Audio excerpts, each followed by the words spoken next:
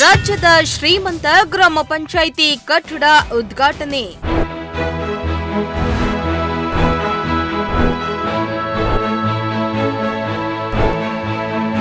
$4 ಕೋಟಿ ವೆಚ್ಚದಲ್ಲಿ ನಿರ್ಮಾಣವಾಗಿರುವ ಬಹುಮಹಡಿ ಕಟ್ಟಡ.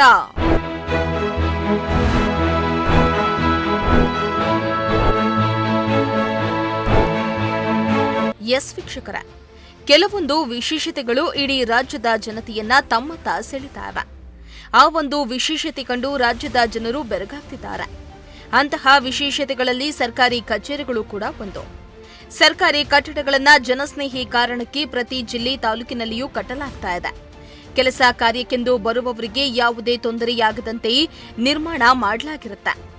ಇಂತಹ ಸರ್ಕಾರಿ ಕಟ್ಟಡಗಳು ಕೆಲವೊಮ್ಮೆ ಸಾರ್ವಜನಿಕರ ಗಮನ ಸೆಳೆಯುವಲ್ಲಿ ಯಶಸ್ವಿಯಾಗ್ಬಿಡುತ್ತೆ.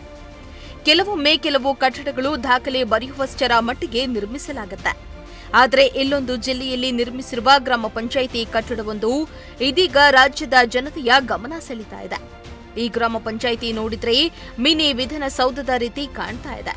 ಇದನ್ನ ನಿರ್ಮಿಸಿರುವ ವೆಚ್ಚ ಕೇಳಿದ್ರೆ ನೀವು ಕೂಡ ಶಾಕ್ ಆಗ್ತೀರಾ.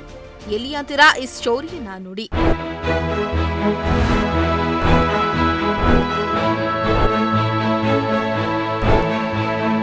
ಹೌದು, ರಾಜ್ಯದ ಜನತೆಯ ಗಮನ ಸೆಳೀತಾ ಇರುವ ಕಟ್ಟಡ ಇರುವುದು ಬೇರೆಲ್ಲೂ ಅಲ್ಲ, ಬೆಂಗಳೂರು ಗ್ರಾಮಾಂತರ ಜಿಲ್ಲೆ ದೇವನಹಳ್ಳಿ ತಾಲೂಕಿನಲ್ಲಿರುವ ಅಣ್ಣೇಶ್ವರ ಗ್ರಾಮ ಪಂಚಾಯಿತಿಯನ್ನ 4 ಕೋಟಿ 19 ಲಕ್ಷದಲ್ಲಿ ನಿರ್ಮಿಸಲಾಗಿದ್ದು, ಇಡೀ ರಾಜ್ಯದಲ್ಲಿ ಅತ್ಯಂತ ಶ್ರೀಮಂತ ಗ್ರಾಮ ಪಂಚಾಯಿತಿ ಎಂದು ಕರೆಸಿಕೊಳ್ತಾ ಇದೆ.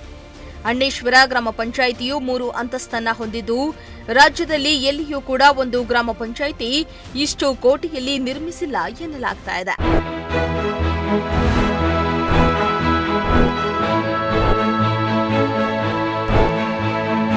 ಈ ಅಣ್ಣೇಶ್ವರ ಗ್ರಾಮ ಪಂಚಾಯಿತಿಯು ಕೆಂಪೇಗೌಡ ಅಂತಾರಾಷ್ಟ್ರೀಯ ವಿಮಾನ ನಿಲ್ದಾಣ ಪಕ್ಕದಲ್ಲಿರುವುದು ಮತ್ತೊಂದು ವಿಶೇಷ. ಈ ಕಟ್ಟಡವನ್ನ ಆಹಾರ ಮತ್ತು ನಾಗರಿಕ ಸರಬರಾಜು ಇಲಾಖೆ ಸಚಿವ ಕೆಎಚ್ ಮುನಿಯಪ್ಪ ಉದ್ಘಾಟನೆ ಮಾಡಿದ್ರು. ವಿವಿಧ ರೀತಿಯ ಸೌಲಭ್ಯಗಳನ್ನು ಒಳಗೊಂಡಿರುವ ಗ್ರಾಮ ಪಂಚಾಯಿತಿ ಕಟ್ಟಡ ಇದಾಗಿದ್ದು, ಜನಸ್ನೇಹಿಯಾಗಿ ಕೆಲಸ ಮಾಡಬೇಕೆಂಬ ಉದ್ದೇಶದಿಂದ ನಿರ್ಮಿಸಲಾಗಿದ್ದು, ಇದೀಗ ಎಲ್ಲರ ಗಮನ ಸೆಳೀತಾ ಇದೆ. ಚೆನ್ನಾಗಿ ಮಾಡಿದ್ದಾರೆ.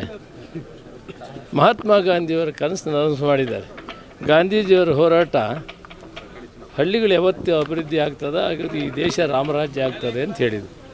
ಆ ಕೆಲಸವನ್ನು ಶಿಸ್ತುಬದ್ಧವಾಗಿ ಗ್ರಾಮ ಪಂಚಾಯತ್ ಅಧ್ಯಕ್ಷರು, ಉಪಾಧ್ಯಕ್ಷ ಸದಸ್ಯರು ಮತ್ತು ಮಾಜಿ ಗ್ರಾಮ ಪಂಚಾಯತ್ ಅಧ್ಯಕ್ಷರು ಎಲ್ಲ ಒಟ್ಟಾರೆ ಅತ್ಯುತ್ತಮವಾದ ಕೆಲಸವನ್ನು ಮಾಡಿದ್ದಾರೆ.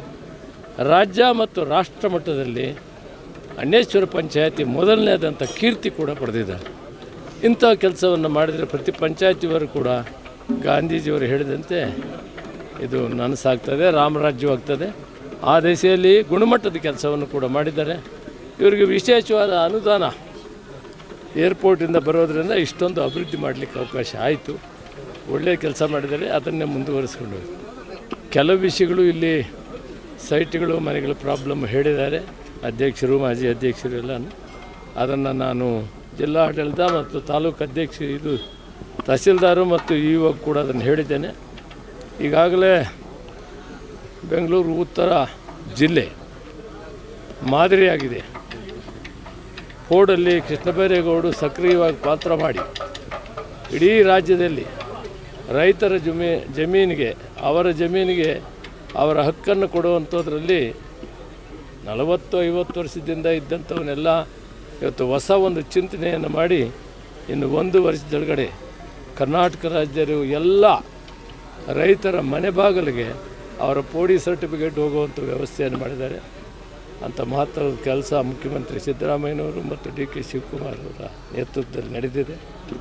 ಗ್ಯಾರಂಟಿಗಳ ಕಾರ್ಯಕ್ರಮ ಮಾಡಿ ಪರ್ ಕ್ಯಾಪಿಟಾ ಇನ್ಕಮ್ ಭಾರತ ದೇಶದಲ್ಲಿ ಕರ್ನಾಟಕ ಮೊದಲನೇದಿದೆ. ಈ ರೀತಿ ಅಭಿವೃದ್ಧಿ ಪಥದಲ್ಲಿ ಸೇರ್ತಾ ಇದ್ದೀವಿ. ಈ ಮಾದರಿಯಾದ ಪಂಚಾಯಿತಿ ಎಲ್ಲ ರಾಜ್ಯಕ್ಕೆ ಮಾದರಿಯಾಗಿದೆ. ಅವ್ರಿಗೆ ಒಳ್ಳೆಯದಾಗಲಿ, ಇನ್ನು ಒಳ್ಳೆ ಕೆಲಸ ಮಾಡಲಿ ಅಂತ ಆಶಿಸ್ತಾರೆ. ಈ ಸಂದರ್ಭದಲ್ಲಿ PDO ಗಂಗಾಧರ್, ಅಧ್ಯಕ್ಷರು, ಉಪಾಧ್ಯಕ್ಷರು, ಸ್ಥಳೀಯ ನಾಯಕರು, ಸಾರ್ವಜನಿಕರು ಹಾಜರಿದ್ದರು. ಮೋಹನ್ ಕುಮಾರ್, ಪ್ರಜಾಶಕ್ತಿ ಟಿವಿ, ದೇವನಹಳ್ಳಿ.